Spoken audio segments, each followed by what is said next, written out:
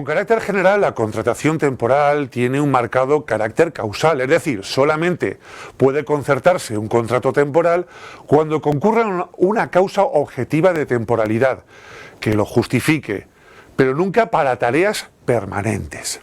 No obstante, el artículo 15 del Real Decreto Legislativo por el que se aprueba el texto refundido de la Ley del Estatuto de los Trabajadores recoge 3 supuestos tasados de contratación temporal que podríamos denominar común, como es el contrato para obra o servicio determinado, el contrato eventual para circunstancias de la producción o el contrato de interinidad.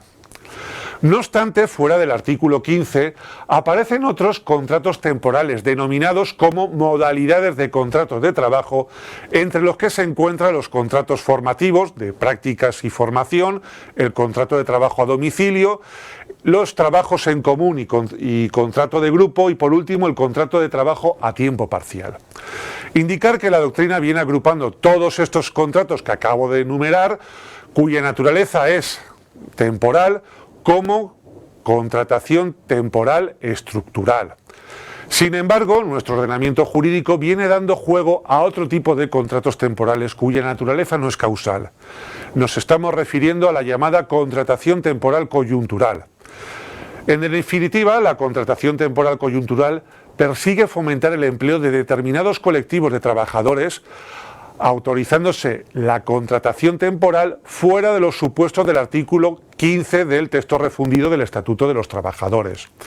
El fundamento jurídico habilitante para la contratación temporal coyuntural se encuentra precisamente en el artículo 17.3 del texto refundido del Estatuto de los Trabajadores, que autoriza al Gobierno a adoptar medidas normativas dirigidas a facilitar la colocación de determinados colectivos de demandantes de empleo. Un ejemplo de contrato temporal coyuntural sería el contrato de sustitución de jubilados anticipadamente. Sin embargo, se impone antes una breve reflexión en torno al exceso de temporalidad que caracteriza el mercado laboral español. Para empezar, deberemos indicar que la contratación temporal en España tiene un marcado carácter excepcional. Solamente se puede recurrir a ella cuando se den los presupuestos exigidos por la ley, es decir, atender necesidades temporales de mano de obra, atender fines formativos, facilitar la jubilación parcial o fomentar el empleo. Sin embargo, la realidad es bien distinta y la tasa de temporalidad representa un 33% de la población activa, lo que representa más del doble de la media europea. En España, por poner un ejemplo, la duración media de los contratos temporales es la siguiente. Para los contratos eventuales, la duración media es de 53 días, un contrato de interinidad 38 días y para el contrato de obra o servicio determinado la duración media es de 81 días. No obstante, la legislación española ha procurado en los últimos años favorecer principalmente la contratación laboral indefinida mediante el establecimiento de una medida específica para limitar la contratación temporal sucesiva o encadenada con un mismo trabajador, o el establecimiento de una indemnización de cuantía equivalente a la parte proporcional de la cantidad que resultaría de abonar 12 días de salario por año de servicio a la finalización de un contrato temporal. Por otra parte, la principal actuación de los poderes públicos para ayudar al empleo consiste en la concesión de incentivos a las empresas. Las ayudas al empleo pueden ser establecidas y desarrolladas tanto por el Estado como por las comunidades autónomas, ya que no hay una reserva de competencias exclusiva para ninguna de estas dos instancias. En la actualidad, no obstante, las bonificaciones y subvenciones a la contratación se han convertido en el núcleo central de la política activa de empleo en España, de tal modo que se consigue que determinados colectivos con gran dificultad para acceder al mercado de trabajo vean facilitada su inserción laboral. Si en un primer momento trataron de fomentar cualquier tipo de empleo, incluido el de carácter temporal, a fin de hacer frente a las altas tasas de desempleo, desde hace unos pocos años se ha consolidado la tendencia a fomentar un empleo dotado de una cierta calidad, medida esta básicamente por el nivel de estabilidad. Dentro de la gran variedad de medidas activas de empleo destinadas a incentivar la contratación en el ámbito estatal, destaca sobre todo la utilización de la ya aludida técnica de las deducciones de la cuota de la Seguridad Social para la inserción en el mercado de trabajo de los mencionados colectivos especialmente afectados por el desempleo. Y dentro de las deducciones se acude a las bonificaciones de la cuota a la Seguridad Social. Las bonificaciones previstas para las contrataciones establecidas en el programa de fomento de empleo se van a financiar con cargo a la correspondiente partida presupuestaria del Servicio Público de Empleo Estatal. No obstante, en la gestión de las mismas van a intervenir también otros órganos con el fin de facilitar y de controlar su aplicación, como es la Tesorería General de la Seguridad Social, la Dirección General de la Inspección de Trabajo y la Seguridad Social. Como regla general, solamente se bonifica la contratación por tiempo indefinido. No obstante, existen algunas excepciones en las que se bonifica la contratación temporal en determinados colectivos de trabajadores, como por ejemplo las trabajadoras que tengan reconocida por la administración competente la condición de víctima de violencia de género, los trabajadores minusválidos o aquellos trabajadores pertenecientes a colectivos socialmente excluidos.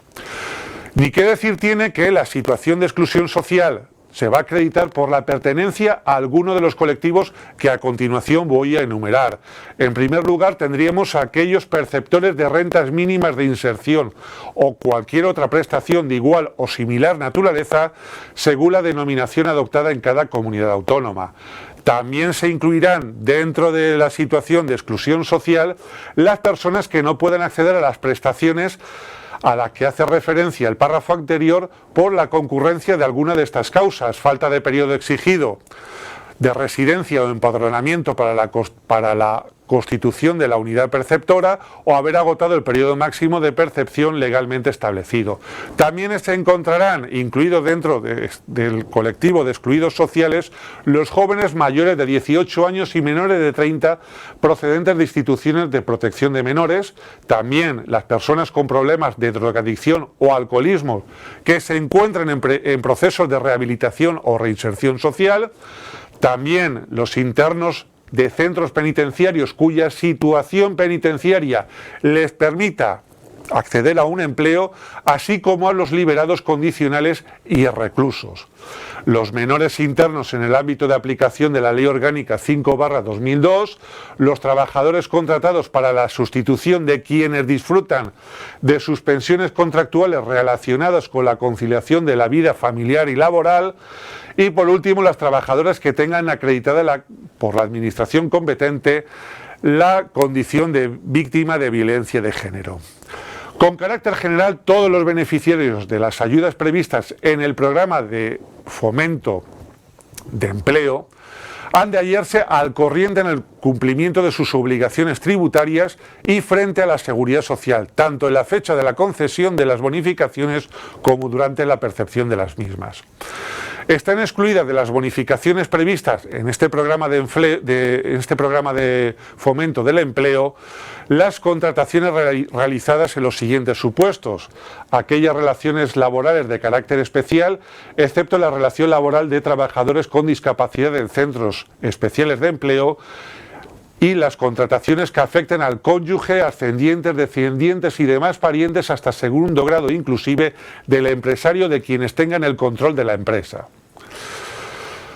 Asimismo, estarán excluidas de las bonificaciones a la cuota de la Seguridad Social aquellas contrataciones realizadas con trabajadores que en los 24 meses anteriores a la fecha de la contratación hubieran prestado servicios en la misma empresa o grupo de empresas con un contrato por tiempo indefinido. Las bonificaciones contempladas en el programa de fomento de empleo hay que indicar que se refieren tanto a los contratos realizados a jornada completa como a jornada parcial. Asimismo, en caso de sucesión de empresas, el nuevo empleador no pierde el derecho a las bonificaciones que venía disfrutando el empresario anterior. Indicar que otra de las condicionantes a las bonificaciones en la cuota de la Seguridad Social es que estas bonificaciones previstas en el Programa General de Fomento al Empleo no pueden en ningún caso superar el 100% de la cuota empresarial a la Seguridad Social que hubiera correspondido ingresar. La obtención y disfrute indebido de reducciones o bonificaciones en el pago de las cuotas a la Seguridad Social conllevarán siempre la obligación a la devolución de las cantidades obtenidas indebidamente y las no aplicadas o aplicadas incorrectamente.